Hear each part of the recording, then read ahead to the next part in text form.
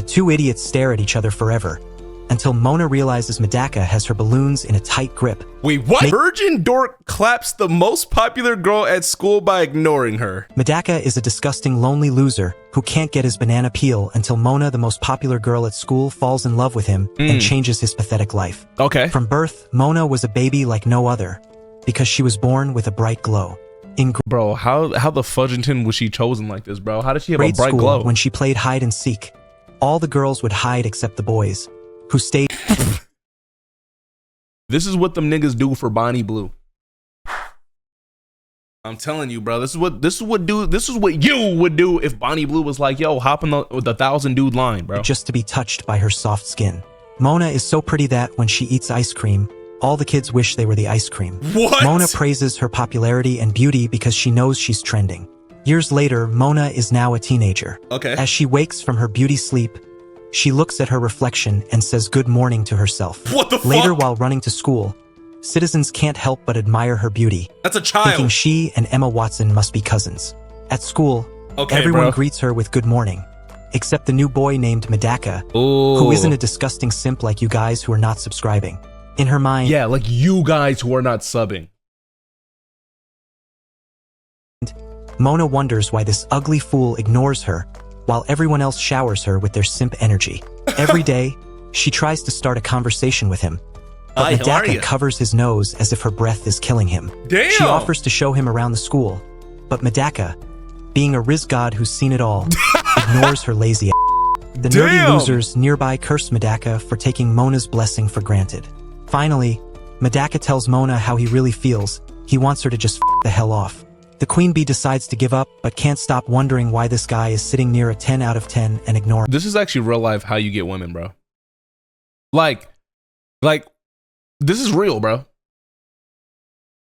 I'm lonely as fuck. Her. Catching a glimpse of Madaka's phone, Mona realizes he likes cats. So, she calls him while I like pussy too. Acting like a cat. The other simps find it amusing, but Madaka stares at her like she has a big piece of shit on her face. Thinking she nailed it, Mona's confidence hits rock bottom when Madaka turns away. Maybe because she didn't do a cat properly.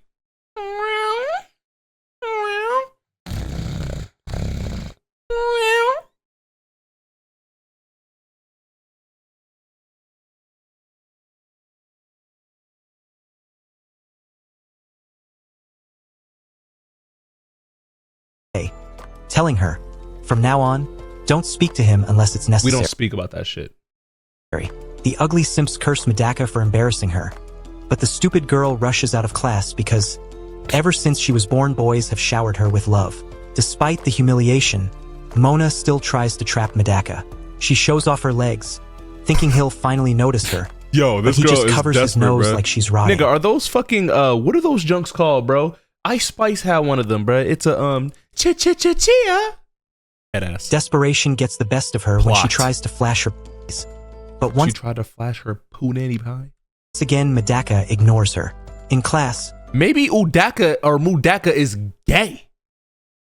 Hit me up. Wait, that's a fucking that's a joke, bro. Like, nigga. I was trying to make a gay joke.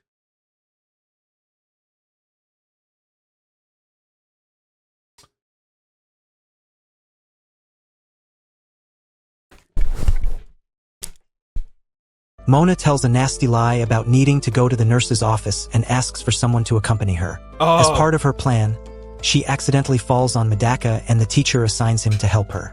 Mona takes the opportunity to pull the famous wall slam, thinking he's the first boy to make her go this far. Madaka, embarrassed, asks if she's actually sick.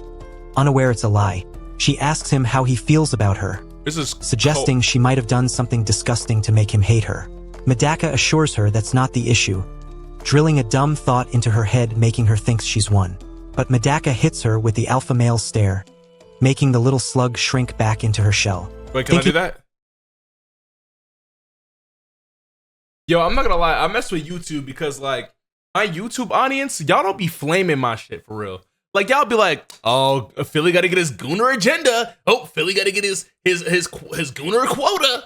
That's the most y'all would say. If I did that shit on Twitch, they'll comment, it would just be straight chat of flaming my shit. That's why I love you guys.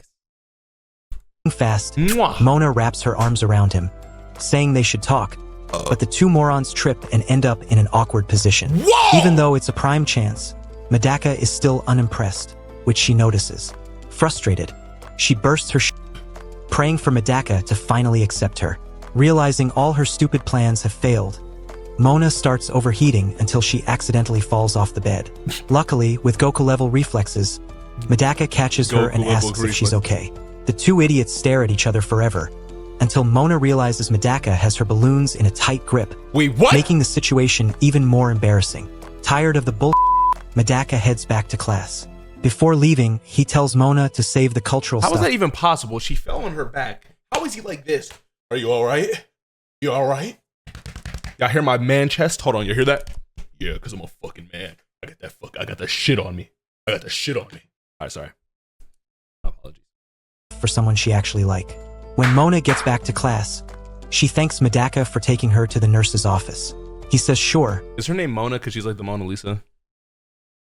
Or am I just thinking too hard? Like, was that actually like very smart? Like, because she's like the, okay, sorry. Then gives her a stare that If you know a girl named Mona, say that. makes it hard for Mona to look back. In her mind, she wonders why she's feeling so flustered, hesitant to accept the reality that she might like him. Frustrated, she slams her head on the desk, Damn. warning Madaka in her mind to watch out because she's going to win his heart. The next day, Mona begins her day as usual, with all the students praising her beauty, claiming it's a new day but the same beautiful Mona. Suddenly, Madaka bumps into her and she notices he's finally gotten his uniform. Oh, he tells how her nice. good morning and walks away. At Morning, gym class, bitch. Mona tries out a few moves she saw on a certain website, What the intending to grab Madaka's what? attention. However, Madaka is more focused on the basketball, thinking about how cool it would be to have the same sneakers Bow Wow wore in like Mike. That is When Mona not what that nigga thought. That is just not what came up in his mind. calls him to join her and he ignores her like a piece of trash. She mutters to herself that everything she's Nigga, tried I'm not, still hold on, can't I'm sorry. I would ignore her too. Nigga, you're not joining my team if you buns, my nigga. Bro, I'm not adding someone who was doing splits to my basketball 2v2, bro. I need to get some rep. The fudge? the beast. At that moment, she realizes she hasn't used her trump card yet, but remembering what Madaka told What's her her the other trump day, card? she quickly aborts the mission. Still, the dumb refuses to give up until she traps Madaka. What? After class, she gives everyone a special performance, one even her paid OnlyFans viewers have never gotten.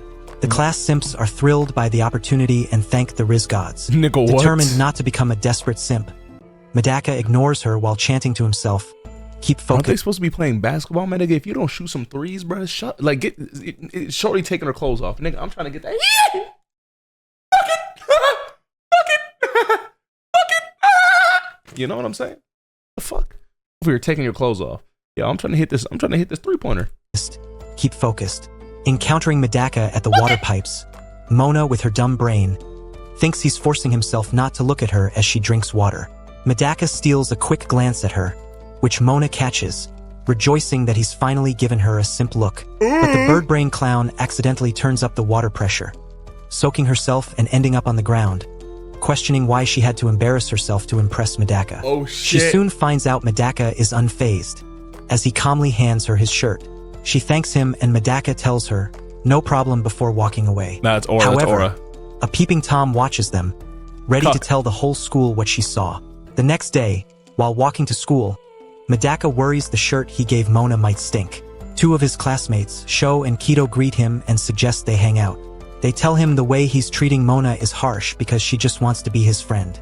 Madaka decides to hang with the nerds and explains that he's from a small village where there are mostly elders and goats, so he has no idea how to talk to girls. This revelation makes the guys realize why Madaka is ignoring Mona. They Wait, tell so he him likes God her. would kill him if he didn't start being nicer to her. It's so cute. Madaka accepts their advice but curses himself for being a useless geek with a stupid religious background.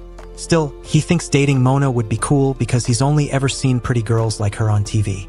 The next day, Mona hands Madaka his shirt, whispering in his ear that she put a little of her scent on it. This makes Madaka start chanting, cursing the Okay, bad I'm not gonna lie spirits. though. When I be like if I had a girl though, like, and she had her shirt, nigga, I'd be sniffing that all day too. Bro, don't bro. I know you not making that face, bro. You know that's real though. You know that's real, bro. Bro, I know you making that weird face, bro. You know that's some real nigga shit.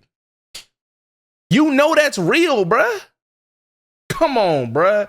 You be like, listen, they leave like they leave their like t-shirt, their sweater, underwear, like anything. Like you just start, woo! That scent is so beautiful. You know what I'm saying? You know that's real. I don't know why you're acting like it's not, bruh. To go away. The next day, Mona doesn't even thank God for living to see another day. Instead, her ugly face is already in the mirror admiring how beautiful she thinks she is. While running to school, she gives her body and personality a passing grade in her mind. It's been a year since she moved to Tokyo and she plans on living the best high school life. What the fudge was that shot?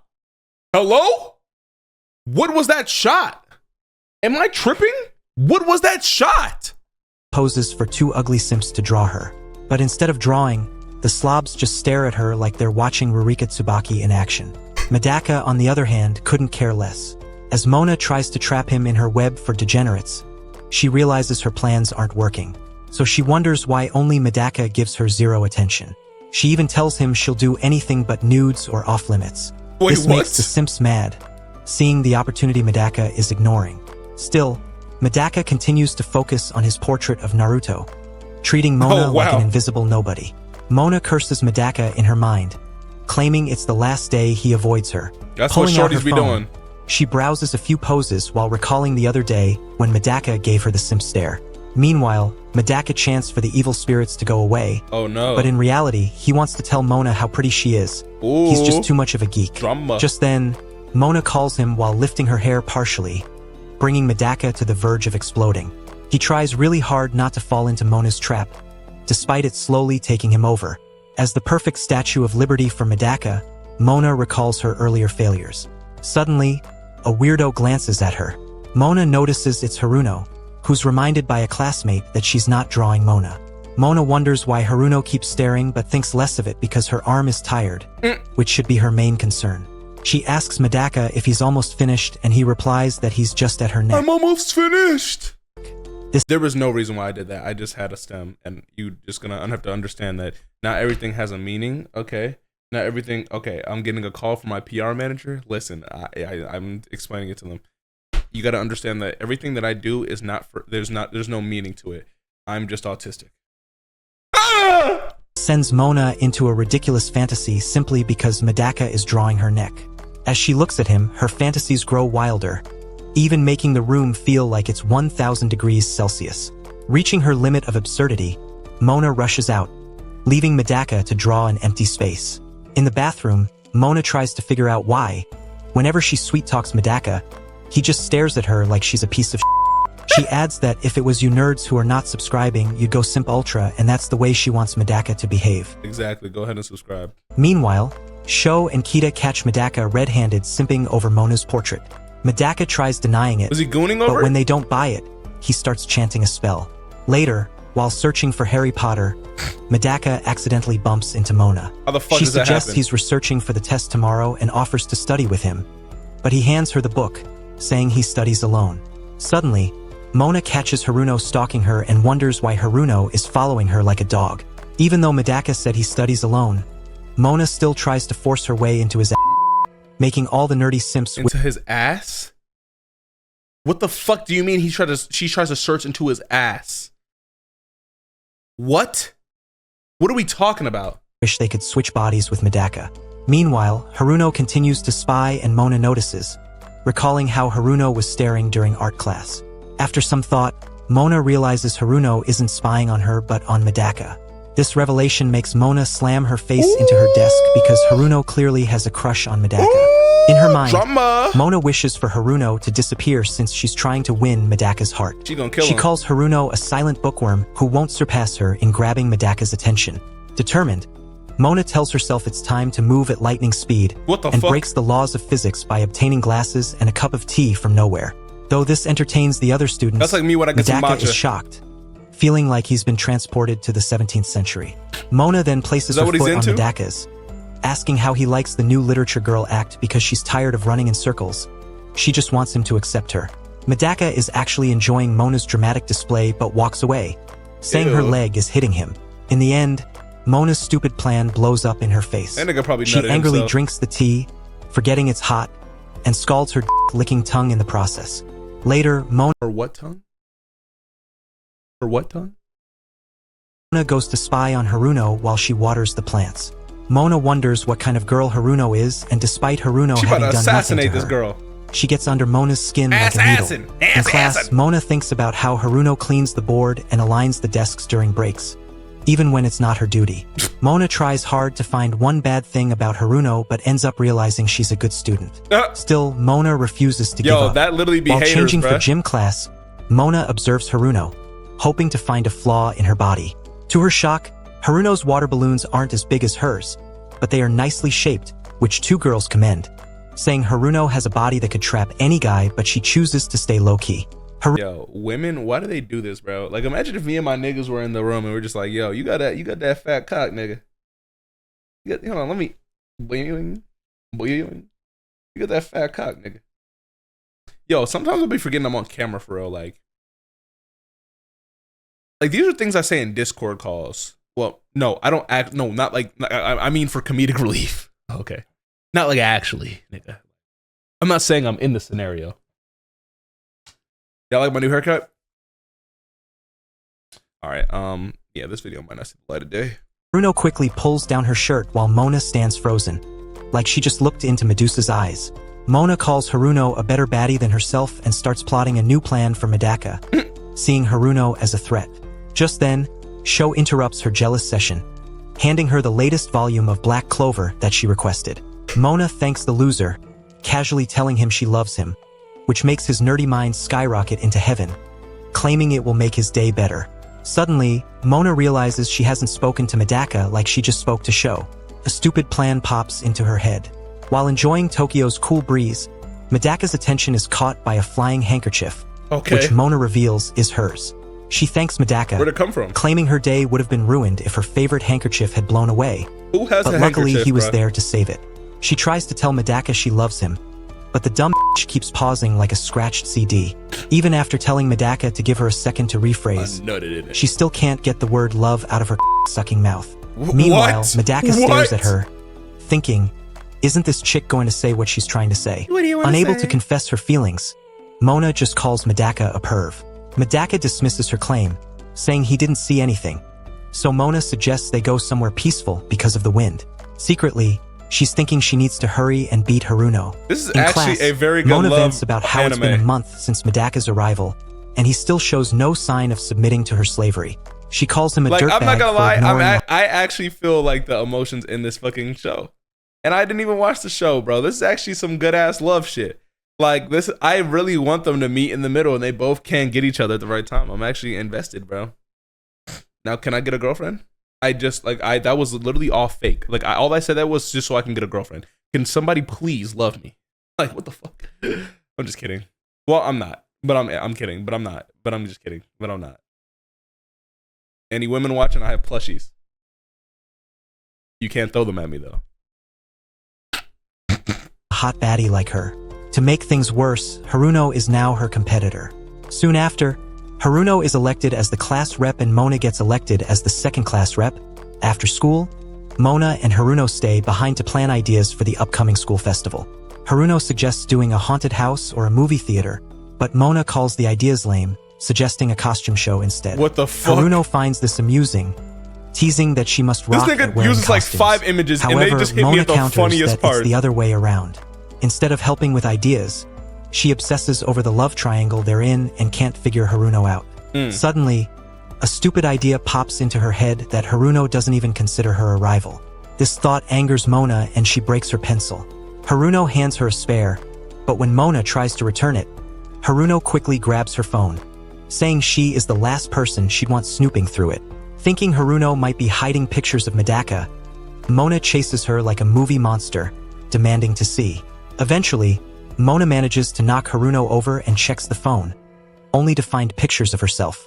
Haruno starts breaking down, begging Mona not to freak out. She explains that since the entrance ceremony, she's been madly in love with her and secretly took over 300 pictures of her. Nah, this is peak. This is peak anime. This is peak anime. Mona feels relieved, like she's been holding in a And then she becomes gay. Oh my gosh, this is the best plot ever. Since the dinosaurs were alive. Haruno admits she even has Mona as her phone wallpaper and planned to change it before she got caught. Realizing Haruno's crying isn't going to stop, Mona comforts her, saying a few pictures don't matter. She then says the Madaka she was yelling about earlier is actually a fish in Australia. At first, Mona thinks Haruno is a brainless monkey, but when Haruno clarifies that she meant Madaka in their class, Mona nearly faints. Yo, look at Mona these videos, tries bro. to confuse Haruno by insisting Madaka is just a fish, but Haruno points out she even saw her wearing his shirt. It's pretty clear she has a crush on Madaka. Hearing this, Mona screamed because she couldn't brainwash Haruno. Wow, that was a very... This anime thug dude is hilarious. What the fudge? Like, I'm sure that didn't even happen in there either. Now, that one was probably very close, bro. But I'm crying, dog. Yo, if you want more of that, go ahead and... If you want more stuff like that, go ahead and subscribe.